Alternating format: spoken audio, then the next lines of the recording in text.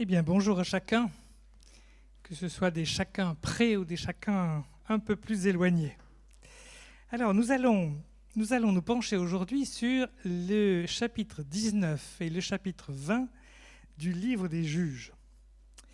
Ça ne m'étonnerait pas que vous n'ayez jamais entendu de prédication sur ces deux chapitres. Et j'avoue que personnellement, ça ne me serait pas venu à l'idée de prêcher sur eux si ce n'était pas à la fin de cette série sur Juges, le lot qui m'a été confié. Alors c'est un très long récit et je ne vais pas vous le lire en entier. Ce que j'ai envie de faire, c'est vous résumer toute une partie et puis je vais vous le raconter. Et puis nous allons lire une petite partie qui est centrale et puis je vous résumerai la suite. Alors voilà en gros le résumé de cette histoire. À cette époque, il n'y avait pas de roi en Israël. Un Lévite qui résidait dans la région d'Éphraïm prit pour concubine une femme de Bethléem. Ils se disputent, ça arrive parfois, et elle repart chez son père à Bethléem où elle va rester pendant 4 mois. Finalement, le Lévite va la trouver pour tenter de se réconcilier. Il est reçu très cordialement par le père qui l'accueille dignement. Ils mangent, ils boivent, et selon les règles de l'hospitalité en ces lieux et à cette époque, le père va essayer de retarder le départ de sa fille et de ce Lévite. Ce n'est que le 5e jour, 5 jours de banquet d'une certaine manière, le 5e jour qu'ils vont finir par s'en aller, et encore, c'est déjà la soirée. Et je dis ça parce que ça va jouer un rôle triste dans notre histoire. Ils partent donc à 3, le Lévite, son serviteur et sa concubine. Ils arrivent près de Jérusalem, qu'on appelait autrement à l'époque, parce qu'elle était encore peuplée par les Jébusiens, qui étaient un autre peuple, ne veulent pas s'arrêter à Jérusalem, continuent à essayer d'aller plus loin pour trouver des gens qui sont plus proches d'eux. Ils arrivent à Gibéa, une ville de la tribu de Benjamin, donc c'est pas parfait pour eux. Mais là, ils n'ont pas le choix, le soleil s'est couché et ils sont forcés de s'arrêter. Ils vont sur la place principale, personne ne les accueille. Puis arrive un vieil homme qui habite la ville, mais qui se trouve être lui aussi, comme le Lévite, de la région d'Éphraïm. Il les accueille avec générosité, et là encore, ils mangèrent et ils burent. Et c'est là que je vais commencer à lire le texte au chapitre 19, donc à partir du verset 22. Pendant qu'ils étaient en train de se réjouir, les hommes de la ville, hommes mauvais, entourèrent la maison, frappèrent à la porte et dirent au vieil homme qui était le maître de maison : « Fais sortir l'homme qui est entré chez toi pour que nous couchions avec lui. » Le maître de maison se présenta à eux et leur dit : « Non, mes frères, ne faites pas le mal, je vous en prie. Puisque cet homme est entré chez moi, ne commettez pas cet acte odieux. Écoutez, j'ai une fille vierge et cet homme a une concubine. Je vous les amènerai dehors. Vous les déshonorerez, vous leur ferez ce qu'il vous plaira, mais ne commettez pas sur cet homme un acte aussi odieux. » Ces hommes ne voulurent pas l'écouter. Alors le Lévite prit sa concubine et la leur amena dehors. Ils eurent des relations avec elle, ils la violèrent toute la nuit jusqu'au matin, puis au lever de l'aurore, ils la renvoyèrent. Au petit matin, cette femme alla s'écrouler à l'entrée de la maison de l'homme qui hébergeait son mari, et elle resta là jusqu'à ce qu'il fasse jour. Le matin, son mari se leva, ouvrit la porte de la maison et sortit pour continuer son chemin. Mais voici que la femme, sa concubine, était étendue à l'entrée de la maison, les mains sur le seuil. Il lui dit : « Lève-toi, allons-nous-en. » Elle ne répondit pas. Alors son mari la mit sur son âne et partit pour retourner chez lui. Arrivé chez lui, il prit un couteau, s'empara de sa concubine et la coupa membre par membre en 12 morceaux qu'il envoya dans tout le territoire d'Israël. Tous ceux qui virent cela dirent : « Jamais rien de pareil n'est arrivé et ne s'est vu depuis que les Israélites sont sortis d'Égypte jusqu'à aujourd'hui. Prenez la chose à cœur, tenez conseil et donnez votre réponse. » Je termine là la lecture du texte et je continue un peu le résumé. Le Lévite va présenter donc les choses un peu à sa manière, en se donnant un rôle peut-être meilleur qu'ils n'étaient. Les autres tribus sont indignées, décident de partir en guerre contre la tribu de Benjamin et demandent à cette tribu qu'on leur livre les hommes de Gibéa, les hommes qui ont commis ce crime. La tribu prend fait et cause pour Gibéa et la guerre commence, qui nous est rapportée au chapitre 20. Les résultats sont un peu confus, le texte lui-même est un texte assez difficile. Les chiffres sont quelquefois probablement un peu gonflés. On ne sait pas très bien si le chiffre 1000 veut toujours dire 1000 ou veut dire un groupe important. Mais ce conflit, en tout cas, ferait au moins, si on additionne, 65 000 morts, sans parler des villages brûlés, pillés, avec sans doute un bon nombre de viols et de massacres en toute bonne conscience. Voilà, le moins qu'on puisse dire, c'est que c'est le genre de texte auquel une lecture biblique ne nous habitue pas forcément. Ce n'est pas ce genre de texte qu'on attend. Et on peut se demander qu'est-ce que peut nous apporter un texte pareil dont on pourrait presque dire qu'il n'est pas à mettre entre toutes les mains. Vous savez, il y a des émissions à la télé qui sont interdites au moins de tant d'années. Peut-être que ce texte pourrait l'être aussi. En fait, je crois qu'il nous dit bien des choses. Il nous montre jusqu'où peut aller le péché. Et plus intéressant peut-être, il nous montre son mode de fonctionnement ou ses modes de fonctionnement. On pourrait presque parler d'une anatomie du péché ou d'une anatomie du mal, non pas dans ses origines, non pas dans son essence, mais dans ses manifestations. Alors, je voudrais commencer par faire une petite série de ces types de péchés qu'on retrouve dans le texte. Premièrement, c'est le péché par entraînement. Ce qui frappe avant tout, c'est que les hommes de cette ville se comportent en meute. On a l'impression qu'il n'existe aucune règle, si ce n'est la règle du plus fort. J'imagine que ces hommes, pris séparément, devaient être beaucoup plus sages, beaucoup plus respectueux, prudents, soit lorsqu'ils sont isolés, soit lorsqu'ils sont affrontés à des groupes ou à des personnes plus fortes qu'eux. C'est une règle assez universelle que la foule peut rendre et rend de fait des personnes plus ou moins normales, stupides et dangereuses. Elle procure un effet d'entraînement qui fait accomplir des actes que seuls, jamais, ces gens-là n'accompliraient. Et quand il n'y a ni règle morale, ni loi, et surtout personne pour faire appliquer quoi que ce soit, bien des gens normaux deviennent capables de choses surprenantes.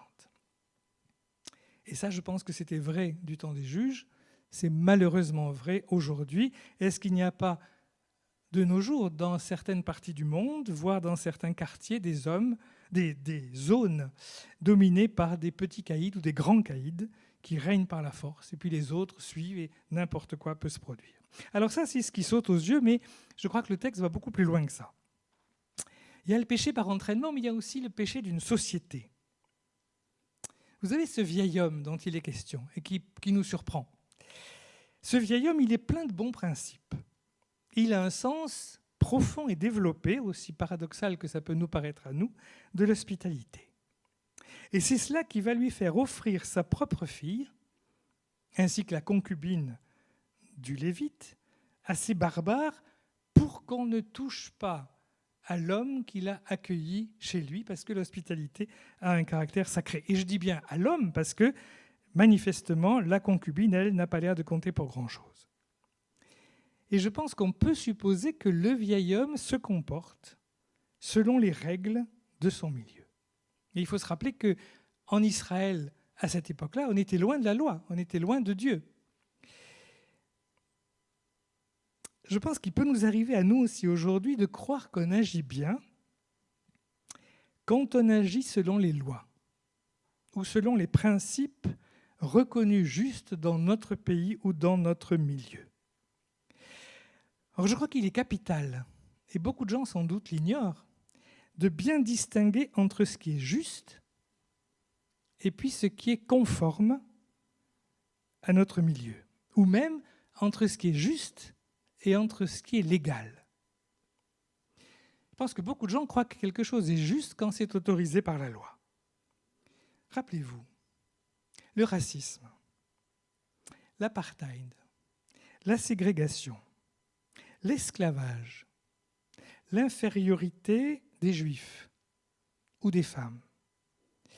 Leur absence de droits ont été écrits dans les lois de pays d'Europe, de pays d'Amérique, de pays d'Afrique, de pays d'Asie, probablement le sont encore, et en tout cas l'été, il y a très peu de temps.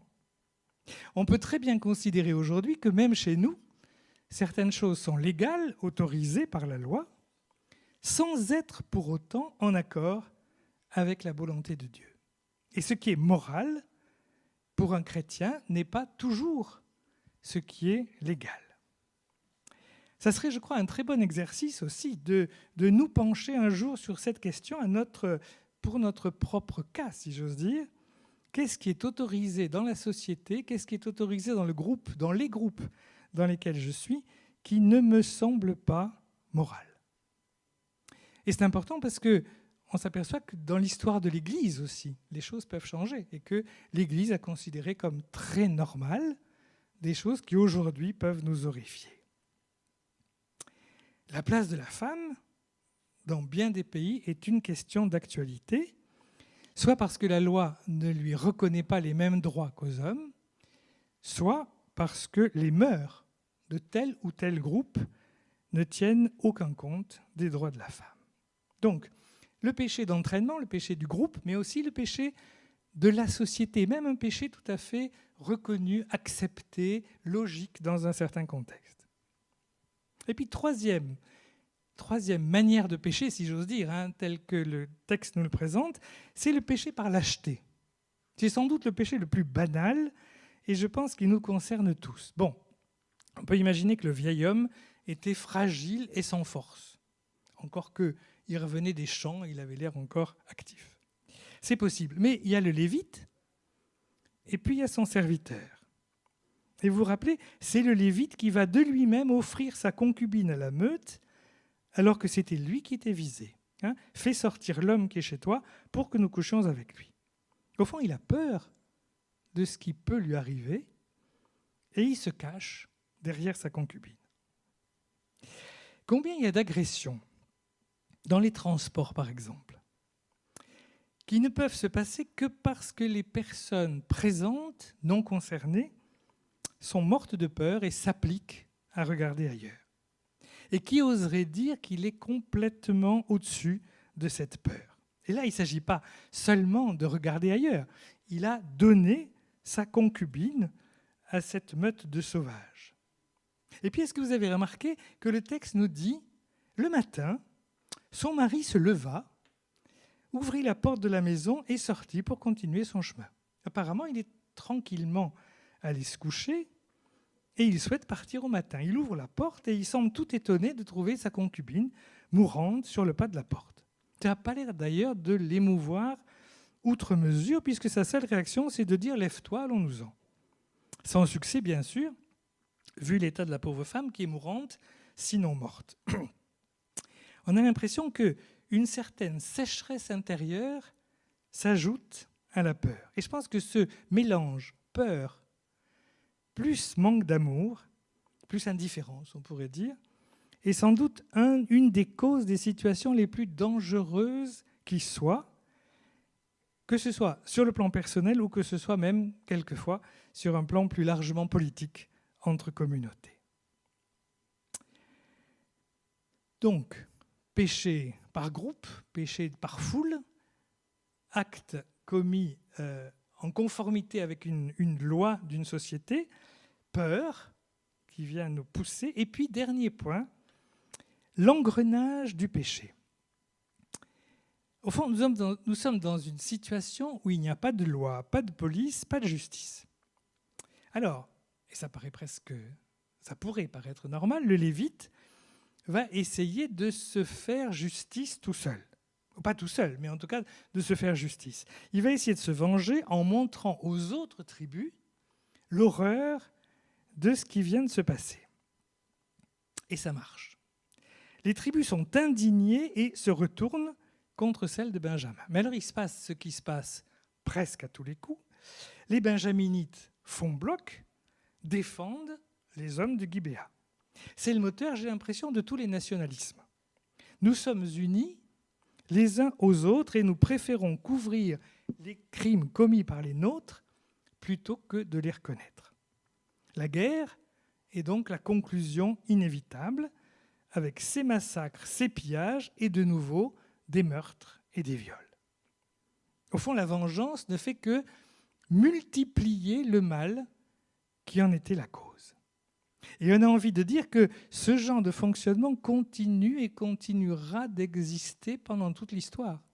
Cet engrenage du mal que l'on commet pour venger le mal qu'on a subi, qui lui-même était fait pour venger le mal, etc., etc., etc. Et alors, c'est vrai, on dit qu'il n'y avait pas de roi en Israël.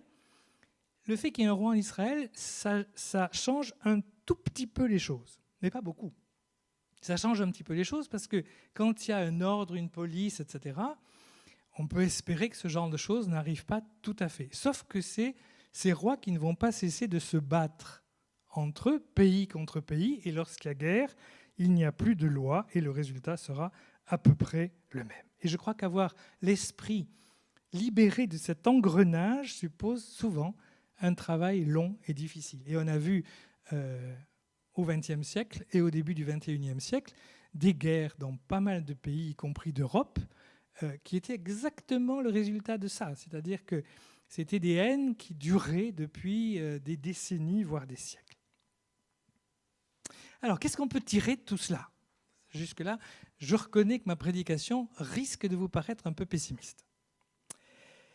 Je crois qu'on pourrait essayer de rappeler très, très rapidement, parce que chaque thème pourrait être une prédication, quelques éléments de l'Évangile, quelques éléments de l'enseignement de Jésus qui prennent, j'ai envie de dire, l'exact contre-pied de ce que nous venons de voir. Premier point, évidemment, central, c'est l'amour du prochain. La première chose qui saute aux yeux, c'est que ces gens de Gibéa n'ont absolument aucun respect pour les étrangers, aucun respect pour ceux qui n'appartiennent pas à leur clan. Et Jésus va nous enseigner l'amour du prochain. Et vous vous rappelez, dès qu'on parle de l'amour du prochain, notre question tout à fait naturelle, c'est de dire « mais qui est mon prochain ?» C'est un pharisien qui pose cette question à Jésus. C'est-à-dire, au fond, à partir de quand est-ce que mon obligation à aimer s'arrête et à partir de quand est-ce que je peux haïr ou en tout cas être indifférent en toute sérénité. Et Jésus, en réponse à ça, au chapitre 10 de l'évangile de Luc, donne la parabole du bon samaritain. Et ce samaritain, c'est un étranger. Ce samaritain, c'est quelqu'un... Et Jésus est un juif parlant à des juifs. Et les samaritains sont des gens mal vus par tous les juifs de l'époque.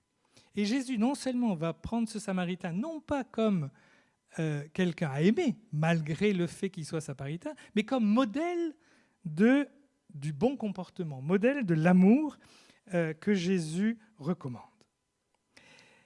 Et puis déjà, dans l'Ancien Testament, l'hospitalité, on voit bien de quelle manière le vieil homme d'ailleurs a respecté cela, même si c'est de manière déformée, mais l'hospitalité est quelque chose de reconnu, l'hospitalité pour l'étranger aussi. Et on voit bien même Abraham, dans le comportement d'Abraham et d'autres textes de l'Ancien Testament. Donc premier point, c'est cet enseignement qui est le cœur du Nouveau Testament, du comportement du disciple de Jésus, cet amour du prochain qui est le contraire exact du comportement de ces hommes. Deuxième point que je voudrais souligner, c'est à la fois le respect de la femme, la place de la femme, et puis le poids de la culture. Il est clair que dans ce contexte de l'Ancien Testament et dans ce contexte du livre des Juges, la femme ne compte pas pour grand-chose. Et je pense que c'est certainement conforme aux mœurs de l'époque. Je voudrais quand même souligner un point, aux mœurs de l'époque peut-être, mais pas conforme à la loi de Dieu. Or, il nous est dit qu'à l'époque, la loi de Dieu était très loin. Les hommes s'étaient détachés, les gens, les Israélites de l'époque s'étaient détachés de la loi de Dieu. Dans le récit de la création, rappelez-vous, hommes et femmes sont vis-à-vis, sont placés comme des égaux complémentaires. Et l'Ancien Testament donne une belle place à la femme, même si on sent fortement quelquefois le poids de la culture de l'époque. Quant à Jésus, il accepte sans problème que des femmes le suivent avec les disciples. Et rappelez-vous, c'est à des femmes des groupes de femmes que Jésus va d'abord se présenter comme ressuscité, et c'est à elles qu'il va demander ensuite d'apporter la bonne nouvelle à ses disciples. Alors j'ai envie de dire, méfions-nous du poids de la culture qui est la nôtre dans notre comportement. Quand nous sommes chrétiens, nous croyons toujours que notre comportement est conforme à l'Évangile. Le problème, c'est que quand on regarde l'histoire de l'Église, on s'aperçoit qu'on a accepté plein de choses avec ça. Les croisades, l'Inquisition, enfin voilà. Et pour parler de choses plus proches de nous, encore une fois, l'esclavage, etc. Ça ne posait pas de problème à la grosse majorité des chrétiens à un moment. Parce que c'était conforme à la culture de l'époque. Nous remarquons souvent à quel point la culture d'autres personnes est en contradiction avec l'Évangile. C'est toujours facile, ça. C'est beaucoup plus compliqué de s'apercevoir en quoi notre propre culture, notre propre manière de nous comporter peut être en désaccord avec l'Évangile. Est-ce que nous sommes attentifs à être conformes à la culture de notre époque ou de notre groupe, même de nos églises, ou bien est-ce que nous sommes attentifs à la volonté de Dieu et à ce que Dieu nous demande à nous? Je pense que nous en prenons souvent conscience après. C'est très facile de distinguer, 500 ans plus tard, que tel comportement était mauvais. C'est beaucoup plus difficile quand nous sommes nous-mêmes dans le bain, si j'ose dire. Et puis peut-être nous pouvons nous demander, dans quelques siècles, qu'est-ce que les chrétiens de l'époque, si Jésus n'est pas revenu d'ici là, diront en constatant le comportement qui a été celui de nos églises aujourd'hui. Peut-être que des choses qui ne nous frappent pas nous frapperont. C'est difficile d'aller à contre-courant. Et là, c'est vrai que ça demande du courage aussi. Jésus n'a pas eu peur jamais d'aller à contre-courant de la culture de son temps et il s'est fait beaucoup d'ennemis. Alors, ce mot contre-courant est un mot un peu ambivalent parce que aujourd'hui, beaucoup croient se distinguer en faisant le contraire de ce que la société attendrait d'eux. Mais il faut toujours voir pourquoi on se distingue. Est-ce que c'est pour se faire remarquer en jouant un rôle de rebelle qui passe si bien à la télévision et si bien dans la société? On peut se demander, est-ce que notre comportement, qui ne se veut pas être le comportement de tout le monde, est un comportement vraiment si original? Ou bien, est-ce qu'il ne s'agit pas d'un autre conformisme? Je crois que notre société est un patchwork de conformisme. Si j'ose dire, il y a des conformismes de gauche où on s'attend toujours à ce que les gens disent ça, des conformismes de droite, des conformismes chrétiens, des conformismes chrétiens évangéliques, etc., etc. Et des conformismes de jeunes et des conformismes de gens plus âgés, etc. La société est formée de cela. Et je pense que le non-conformiste, c'est la volonté de suivre ce que notre conscience nous dit, quelles que soient les conséquences, et même quand ça nous met en opposition, en quelque sorte, avec les gens qui, normalement, sont proches de nous. Jésus avait une liberté totale. Et cette liberté totale d'être vrai devant son Père lui a coûté cher. Est-ce que nous sommes prêts à nous comporter courageusement, en accord avec notre conscience, plutôt que de suivre la majorité et même parfois la loi de la société ou même la loi de notre groupe? Alors je dis courageusement, et ça nous amène à la question de la peur. Le courage, ce n'est pas si simple. Où trouver le courage? Ne croyez pas qu'être courageux, c'est ne pas avoir peur. Dans bien des cas, ne pas avoir peur, c'est simplement être idiot ou inconscient. Le courage, c'est plutôt d'être capable de surmonter sa peur et de ne pas se laisser paralyser par elle. Jésus est allé jusqu'au bout de son amour pour nous. Ça ne l'a pas empêché d'avoir peur. Rappelez-vous cet épisode à Gethsémani, avant son arrestation, où il nous est parlé de l'angoisse de Jésus. À plus forte raison, pour nous, la peur est naturelle. Et il me semble qu'il y a une chose qui peut nous aider à surmonter cette peur. À Gethsémane, Jésus sait avec précision ce qui va arriver. Or, ce n'est pas notre cas. Nous ne savons jamais ce qui va arriver. Et la peur, notre peur, dans une situation de ce type où un courage serait nécessaire pour s'opposer, par exemple, à une injustice. Notre peur repose souvent sur le fait que nous réfléchissons sans Dieu. Nous analysons la situation, les risques de la situation, ce qui pourrait bien arriver si nous faisons ceci ou cela, sans compter jamais sur la présence de Dieu. Vous vous souvenez peut-être de ce que Dieu dit à Josué au début du livre de Josué, « Fortifie-toi et prends courage, n'aie pas peur, car l'Éternel ton Dieu est avec toi où que tu ailles. » Et c'est aussi ce qu'il va dire à Gédéon, et c'est ce qu'il va dire à tant d'autres dans l'Ancien Testament. Et Jésus, ressuscité, va dire à ses disciples, « Je suis avec vous tous les jours jusqu'à la fin du monde. » Et je crois que c'est très important parce que ça permet de voir les choses autrement. C'est vrai que, raisonnablement, humainement parlant, dans telle situation, très souvent, notre action risque de nous en faire prendre plein la figure et sans efficacité aucune. Mais si nous croyons que Dieu est réellement présent dans cette histoire, alors ça peut changer les choses. Reprenons l'image de la personne dans un transport en commun, agressée, devant beaucoup de gens qui ne disent rien parce qu'ils ont peur. Peut-être ne faudrait-il qu'une seule personne qui se lève pour leur donner le courage d'en faire autant. C'est le courage du premier, c'est le courage de la première qui est le plus difficile. Ce que Jésus nous enseigne, c'est que nous pouvons compter sur Dieu et les situations ne seront pas nécessairement celles que nous imaginons. Alors ça ne garantit pas que nous pouvons sans problème être toujours des super-héros à qui personne ne résiste, ni que nous n'aurons jamais rien à craindre. Mais cela nous rappelle que si nous ne sommes pas au-dessus des circonstances humaines, nous ne sommes en tout cas jamais seuls. Enfin, dernier point, sortir de l'engrenage.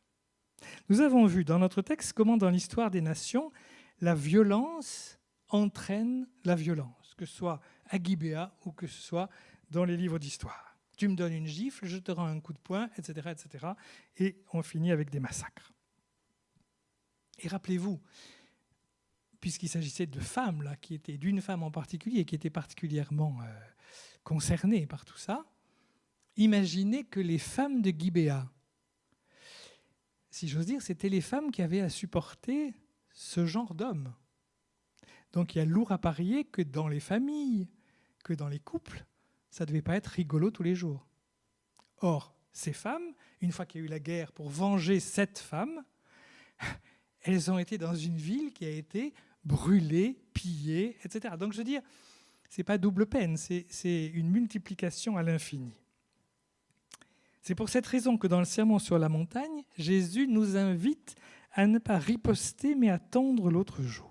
Alors ce n'est pas si simple et il faudrait beaucoup de temps, trop de temps pour aujourd'hui, pour en parler sérieusement. Mais je pense que notre texte est éclairant.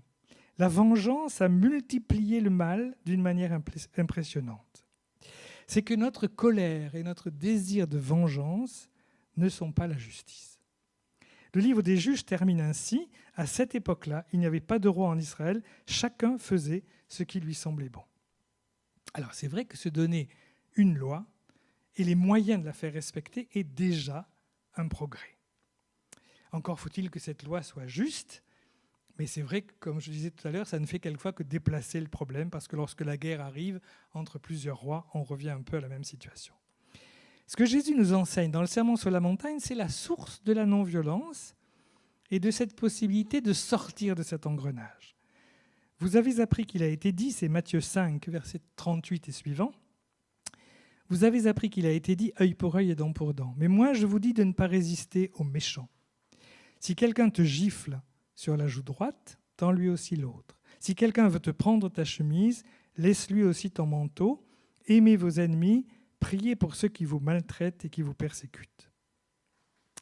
Alors vous dites peut-être comment un texte pareil pourrait s'appliquer dans le contexte du récit que nous venons de lire. Je crois qu'il faut faire très attention. Cette non-violence n'est jamais une excuse pour la passivité. Nous sommes appelés à résister au mal qui est fait à quelqu'un d'autre, à nous y opposer en prenant des risques. La vraie question, c'est essayer de trouver un moyen qui évite de multiplier le mal en cherchant à rendre la justice par nous-mêmes. Déjà, la loi du talion, œil pour œil, dent pour dent, était une manière de limiter les dégâts. C'est-à-dire que la peine était proportionnée en quelque sorte à la faute. Mais Jésus nous enseigne à aller plus loin. Mais encore une fois, ça ne concerne que le mal qui m'est fait. Je dois m'opposer à celui qui est fait à un autre ou à une autre. Alors, je reconnais que c'est plus facile à dire de l'endroit où je parle qu'à vivre dans une vraie situation de conflit. Et je crois que la non-violence ne doit pas nous empêcher de nous battre, au contraire, pour la justice. Bien au contraire. Cela concerne simplement les moyens à employer. Et rappelez-vous, au XXe siècle, les exemples de Gandhi ou de Martin Luther King sont parlants. Donc vous voyez que ce texte de la fin du livre des Juges peut nous mener loin. Il nous semble horrible. Mais au fond, si on y réfléchit bien, il nous semble horrible parce qu'il est biblique. Mais il n'est pas tellement plus horrible que ce que nous lisons, que ce que nous écoutons, que ce que nous voyons régulièrement au journal de 20 heures ou dans les nouvelles. Le péché est resté le même et les êtres humains n'ont guère changé.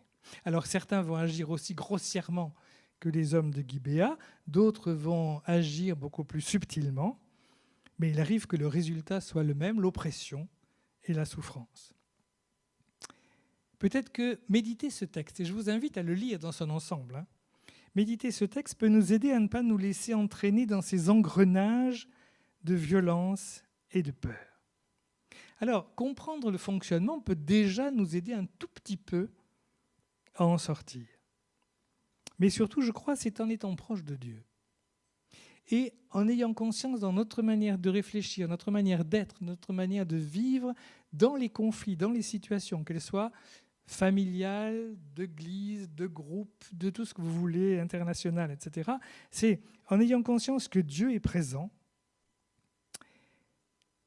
en étant à la recherche, à l'écoute de sa volonté d'amour, en étant confiant en sa présence, que notre comportement peut changer. Et je pense que le comportement d'une seule personne peut avoir énormément de conséquences. C'est malheureusement vrai pour le pire, et une seule personne peut entraîner beaucoup de gens à faire des horreurs. C'est heureusement vrai aussi pour le meilleur.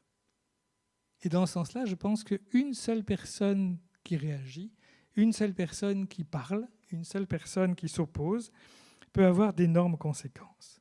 Donc je nous invite à essayer d'être les disciples de Jésus dans un monde où les ténèbres sont bien présentes, le texte nous le rappelle, mais il suffit d'être attentif pour le voir autour de nous, et essayer d'être dans notre monde des porteurs de lumière. Amen. Je vous invite à juste un petit moment de prière. Seigneur notre Père, merci de nous mettre dans ces textes sous les yeux les souffrances, les horreurs aussi, que nous voyons si facilement à la télé, que nous entendons à la radio, que nous lisons dans les journaux. Merci du fait que ta parole n'est pas simplement une parole qui nous dit des choses justes et belles et bonnes, mais un peu éthérées, mais que ta parole nous parle dans la réalité de l'existence, dans la réalité du monde tel qu'il est, dans son horreur aussi. Et Seigneur, nous voulons te demander de nous aider à aimer, de nous aider à être courageux et lucides, de nous aider à être tes disciples et à ne pas nous laisser entraîner par nos habitudes, que ces habitudes soient personnelles, familiales, de groupe, de milieu, etc. Et tu sais combien c'est vrai pour chacun d'entre nous, je pense, même si elles n'aboutissent pas à ces horreurs, toutes. Aide-nous, Seigneur, à être libres et à être simplement à l'écoute de ta parole, à l'écoute de ton Saint-Esprit en nous. Aide-nous à nous laisser guider par toi et donne-nous d'être tes témoins dans le monde dans lequel nous vivons. Donne-nous d'être artisans de paix. Donne-nous d'être porteurs de lumière. Nous savons que c'est au-dessus de nos forces. Nous savons que nous en sommes incapables, mais nous en savons aussi que ton Saint-Esprit peut nous amener là où nous ne nous attendons pas, que ton Esprit peut nous donner des capacités qui dépassent les nôtres et nous donner d'être au bon moment la bonne personne, parce que c'est toi qui nous auras placés là. Augmente notre confiance en toi, Seigneur, et béni sois-tu de ton amour, de ton pardon et de ta grâce.